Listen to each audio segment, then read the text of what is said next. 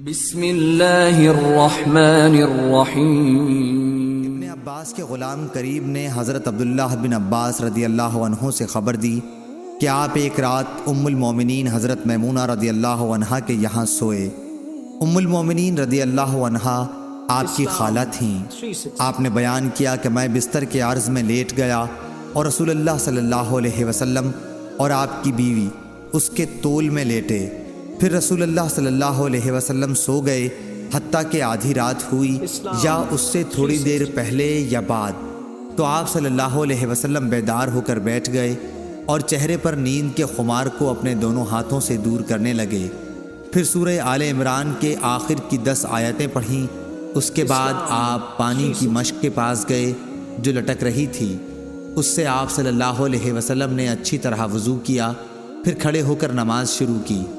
حضرت عبداللہ بن عباس رضی اللہ عنہ نے کہا کہ میں بھی اٹھا اور جس طرح حضرت صلی اللہ علیہ وسلم نے کیا تھا میں نے بھی کیا، اور پھر جا کر آپ کے پہلو میں کھڑا ہو گیا تو حضور صلی اللہ علیہ وسلم نے اپنا داہنا ہاتھ میرے سر پر رکھا اور میرے داہنے کان کو پکڑ کر اسے اپنے ہاتھ سے مروڑنے لگے۔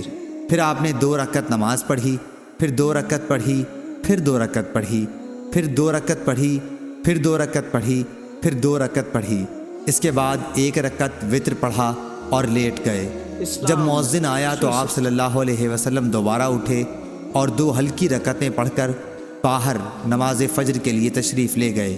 صحیح بخاری حدیث نمبر 1198۔ اعمش نے بیان کیا، ان سے ابراہیم نے، ان سے علقمہ نے اور ان سے عبداللہ بن مسعود رضی اللہ عنہ نے بیان کیا کہ پہلے نبی کریم صلی اللہ علیہ وسلم نماز پڑھتے ہوئے اور ہم سلام کرتے تو آپ اس کا جواب دیتے تھے۔ جب ہم نجاشی کے یہاں سے واپس ہوئے تو ہم نے پہلے کی طرح نماز ہی میں سلام کیا، لیکن اس وقت آپ صلی اللہ علیہ وسلم نے جواب نہیں دیا، بلکہ نماز سے فارغ ہو کر فرمایا کہ نماز میں آدمی کو فرصت کہاں۔ ہم سے محمد بن عبداللہ بن نمیر نے بیان کیا، کہا کہ ہم سے اسحاق بن منصور نے بیان کیا، ان سے حریم بن سفیان نے بیان کیا، ان سے اعمش نے، ان سے ابراہیم نخعی نے، ان سے علقمہ نے اور ان سے عبداللہ بن مسعود رضی اللہ عنہ نے نبی کریم صلی اللہ علیہ وسلم کے حوالے سے پھر ایسی ہی روایت بیان کی۔ صحیح بخاری حدیث نمبر 1199۔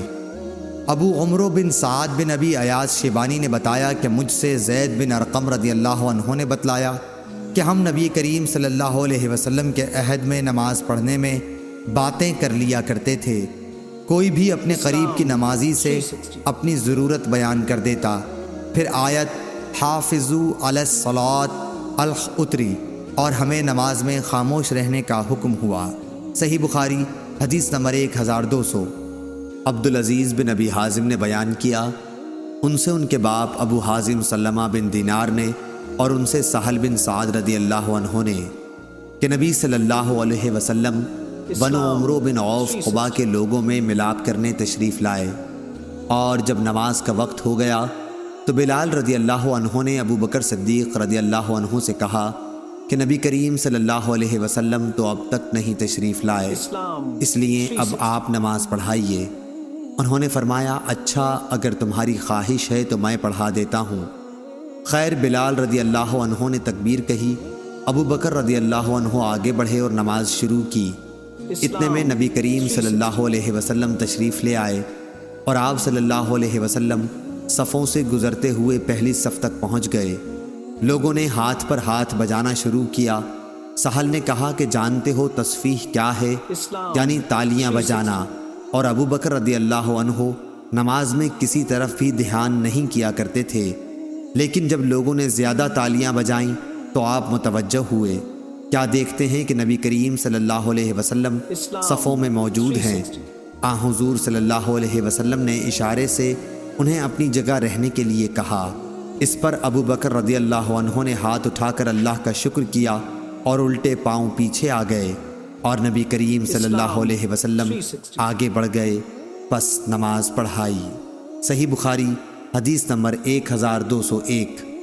ابو وائل نے بیان کیا، ان سے حضرت عبداللہ بن مسعود رضی اللہ عنہ نے بیان کیا کہ ہم پہلے نماز میں یوں کہا کرتے تھے، فلاں پر سلام اور نام لیتے تھے، اور آپس میں ایک شخص دوسرے کو سلام کر لیتا۔ نبی کریم صلی اللہ علیہ وسلم نے سن کر فرمایا، اس طرح کہا کرو۔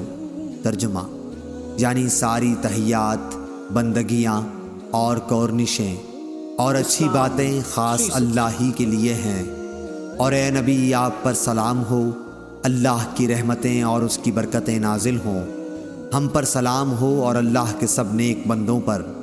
میں گواہی دیتا ہوں کہ اللہ کے سوا کوئی معبود نہیں، اور گواہی دیتا ہوں کہ محمد صلی اللہ علیہ وسلم اس کے بندے اور رسول ہیں۔